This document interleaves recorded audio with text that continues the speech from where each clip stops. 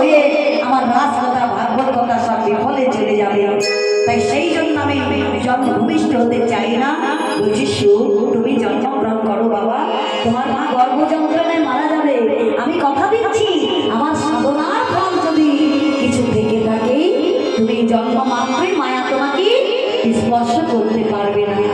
তাই জন্ম সেই যে সুখ পাখিটা মা 18 বছরে যৌবন সন্তান হয়ে সুখদেব গোস্বামী নামে জন্মগ্রহণ করে আর ছুটতে ছুটতে চলে যায় কোথায়?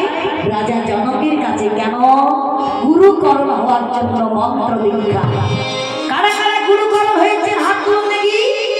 মন্ত্র দীক্ষা কারা কারা দিয়েছে? গুরু দীক্ষা নিয়েছেন তো? গুরুর কাছে বিদায় গৌর হরি হরি বল।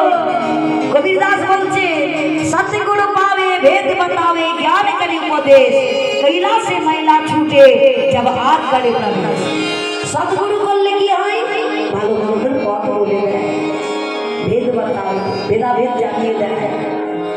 सतगुरु पावे भेद बतावे नहीं ज्ञान करे उपदेश, জ্ঞানী পবিত্র হতে থাকে।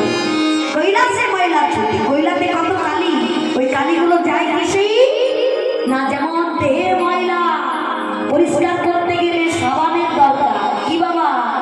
একটু যদি সেবাটা খাওয়াটা যদি কম হয়ে যায় চলবে, কিন্তু বডি লোশন ক্রিম, তাই না, রাধে রাধে ফেস ওয়াশ, এইগুলো যদি কম হয়ে গেলে চলবে না, এইগুলো চাই। তাই কৈলাতে কালিগুলো যায় কিসে না? মাচিস দিয়ে দেয় তখন, তাই না?